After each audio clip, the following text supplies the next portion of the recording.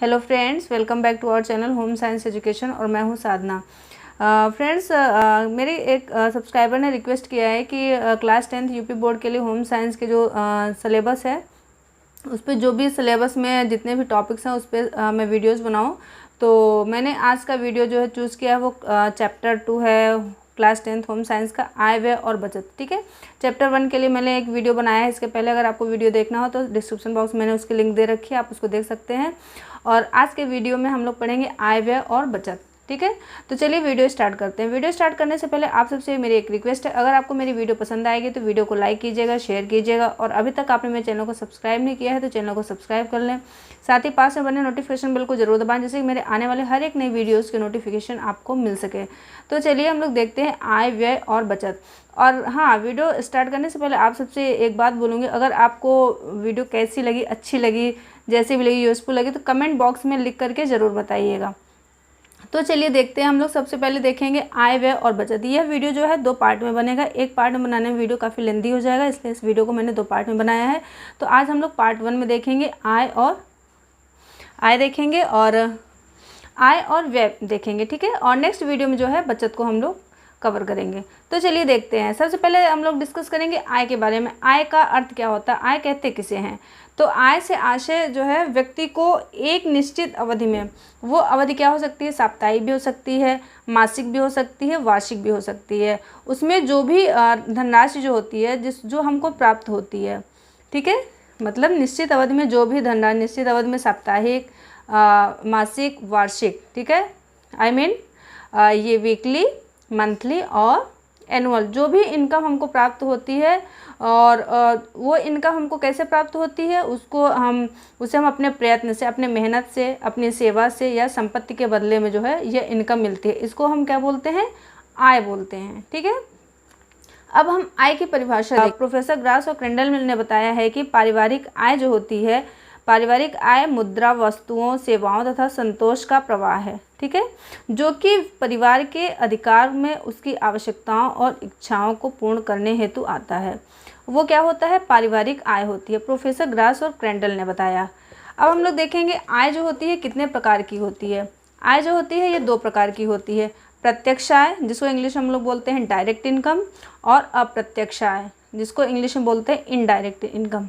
ठीक है, ये वैसे ये शब्द से ही पता चल रहा है कि प्रत्यक्ष आय और अप्रत्यक्ष आय क्या होती है, लेकिन इसको हम डिटेल में बताना चाहेंगे कि प्रत्यक्ष आय जो होती है, डायरेक्ट इनकम जो होती है किसे कहते हैं, और इनडायरेक्ट आय जो होती है, इनडायरेक्ट इनकम जो होती है वह क्या होती है। तो सबसे पहले हम लोग देखेंगे प्रत्यक्ष आय। ठीक है, तो प्रत्यक्ष आय उस आय को कहा जाता है जो परिवार के मुखिया या अन्य सदस्यों को उनके अपने अपने व्यवसायों के माध्यम से प्राप्त होती है। जैसे कुछ लोग होते हैं, किसी का बिजनेस होता है, किसी का कपड़े का बिजनेस है, किसी का हर एक टाइप का बिजनेस होता है। ठीक है, तो जो लोग अपने बिजनेस से, या इसके अलावा जो लोग कुछ सर्विस करते हैं, गवर्नमेंट एम्प्लॉई हैं, ठीक है, इस टाइप से जो भी हमको इनकम प्राप्त होती है ये क्या होती है, वो प्रत्यक्ष आय होती है।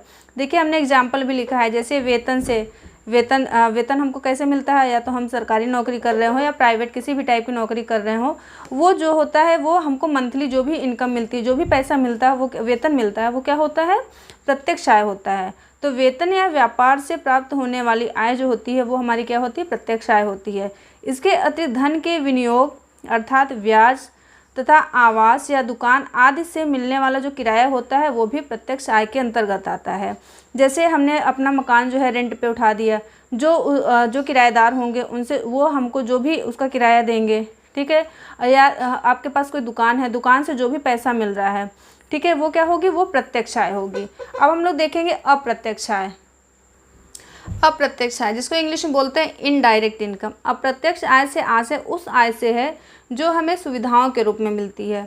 यह आय हमारे वेतन या व्यवसाय से प्राप्त आय से अलग होती है। ठीक है, अप्रत्यक्ष आय धन के रूप में नहीं होती है। अब ये एग्जाम्पल के तौर पे हम आपको समझाना चाहेंगे। जैसे यहाँ पे मैंने लिखा है कंपनी की ओर से बिना किराए का मकान।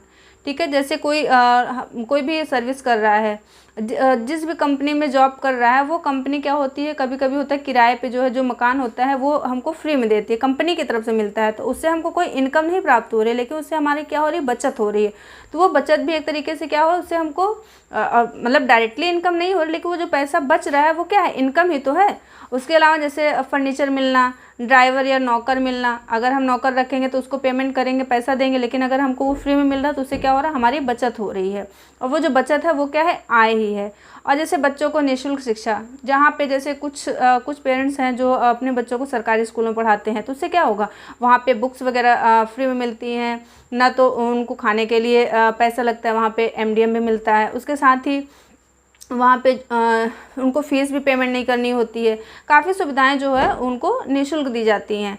तो ये क्या है, उससे उनको फ़ीस नहीं देनी पड़ेगी, जो भी पैसे उस पर खर्च होंगे वो पैसे खर्च नहीं होंगे, उससे क्या होगा, उनकी जो है जो भी मतलब पैसा होगा उससे क्या होगा, उससे बचत होगी, तो वो बचत क्या है, एक तरीके से अप्रत्यक्ष आय हो रही है। तो ये अप्रत्यक्ष आय हो गई। अब हम देखेंगे पारिवारिक आय के स्रोत क्या है। परिवार की आय होती है वो किन किन स्रोतों से होती है, जैसे है वेतन, सेकंड है मजदूरी, व्यवसाय, कृषि, ब्याज से प्राप्त आय, पशुपालन, उपहार द्वारा प्राप्त आय, पेंशन के द्वारा, रॉयल्टी और लॉटरी। ठीक है, वेतन से भी जो हमको आय होती है वो परिवार की आय होती है, मतलब परिवार की जो आय होती है वो वेतन से भी मिलती है। अगर कोई मजदूरी करता है मजदूरी से भी मिलती है, कुछ लोगों का बिजनेस होता है, कुछ लोग कृषि करते हैं, कुछ लोग जैसे हम बैंक में पैसा जमा करते हैं तो पैसे पे हमको क्या मिलता है, ब्याज मिलता है, तो वो ब्याज भी क्या है, वो परिवार की आय का स्रोत है। पशुपालन भी कुछ लोग करते हैं। और जैसे यहाँ पे लिखा है उपहार द्वारा प्राप्त आय, उपहार द्वारा प्राप्त आय का मतलब क्या है, जैसे कुछ लोग पैसे भी गिफ्ट करते हैं, अगर किसी बच्चे का बर्थडे है तो जो भी गेस्ट आते हैं वो पैसे भी कभी देते हैं, कभी कुछ होता है कोई सामान देते हैं, वो जो सामान दे रहे हैं उससे क्या हो, वो इनडायरेक्टली इनकम ही तो हो रही है। तो ये परिवार की आय के स्रोत है। पेंशन के थ्रू भी मिलती है, रॉयल्टी होती है, लॉटरी होती है। ठीक है, तो ये सारे परिवार की आय के स्रोत हैं। अब हम लोग देखेंगे पारिवारिक व्यय क्या होता है। तो पारिवारिक व्यय का अर्थ है पारिवारिक आय को विवेकपूर्ण ढंग से खर्च करना। जो परिवार की आय है उसको अगर हम विवेकपूर्ण ढंग से खर्च करेंगे तो वो हमारा क्या होता है, पारिवारिक व्यय कहलाता है।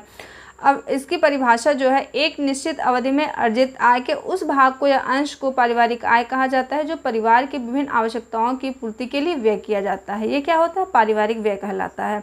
अब पारिवारिक व्यय जो होता है ये 4 टाइप्स का होता है। जैसे फर्स्ट है निश्चित व्यय, अर्ध निश्चित व्यय, आकस्मिक व्यय और अन्य व्यय।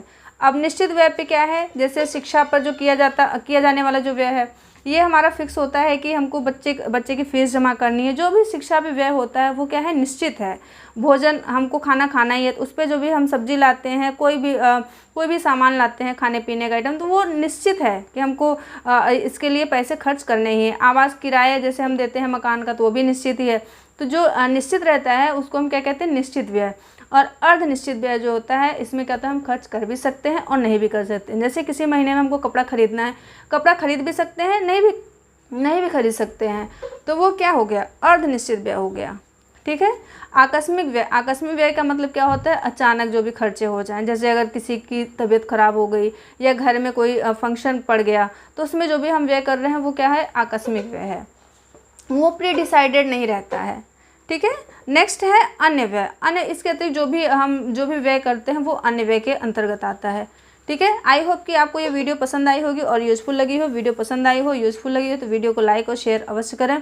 और अगर आपको वीडियो जैसा भी लगा हो उसको कमेंट बॉक्स में लिख के ज़रूर बताएं। मिलते हैं नेक्स्ट वीडियो में।